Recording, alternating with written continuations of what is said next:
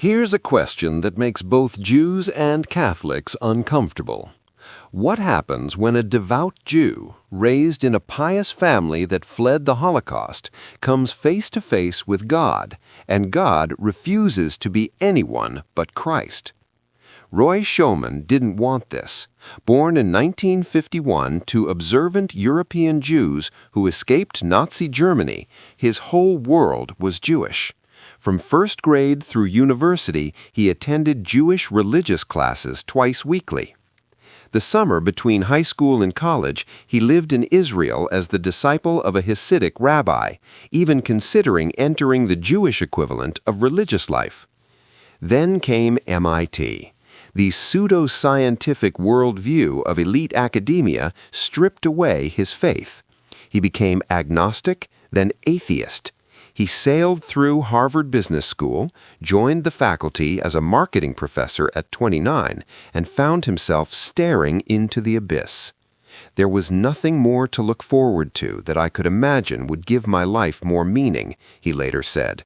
I fell into the darkest despair of my life. Walking on Cape Cod one morning, the veil between earth and heaven vanished. He found himself in God's presence, seeing his life reviewed with perfect clarity. Every struggle, every catastrophe was part of a divine plan. He begged to know this God's name. Any name, he pleaded, as long as you're not Christ. God had other plans. Exactly 1 year later, the Blessed Virgin Mary appeared to him, indescribably beautiful, gentle, drawing him irresistibly. When he asked what title she preferred, she answered, Daughter of the Father, Mother of the Son, Spouse of the Holy Spirit. He knew then that the God on Cape Cod was Jesus. But here's where the story becomes a battleground. Schoeman now teaches at Holy Apostle Seminary and Ave Maria University, hosts a Radio Maria program, and has written Salvation is from the Jews, a book Cardinal Raymond Burke calls essential reading. His thesis? The Catholic Church is nothing but the continuation of Judaism after the coming of the Messiah.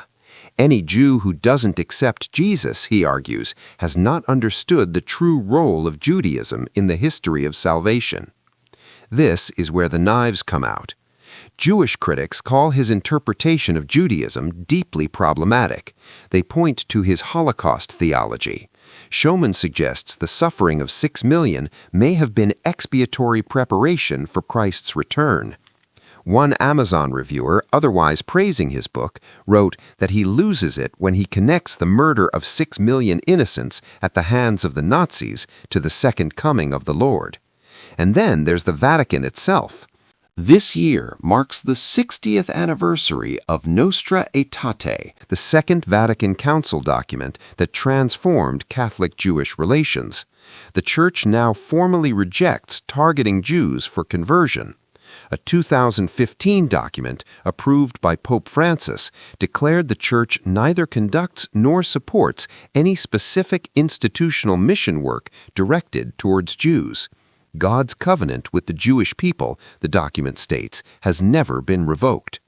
The Jews for Jesus movement immediately protested, accusing the Vatican of abandoning the Great Commission. But the official position stands. Witness, yes. Proselytizing, no. Schoeman's work exists in the tension between these poles. His books pour out of him, readers say, inspired, transformative. His mother, who initially went ballistic at his conversion, accepted baptism on her deathbed after a vision of Jesus appeared to her at 102 years old. His father died mad at him.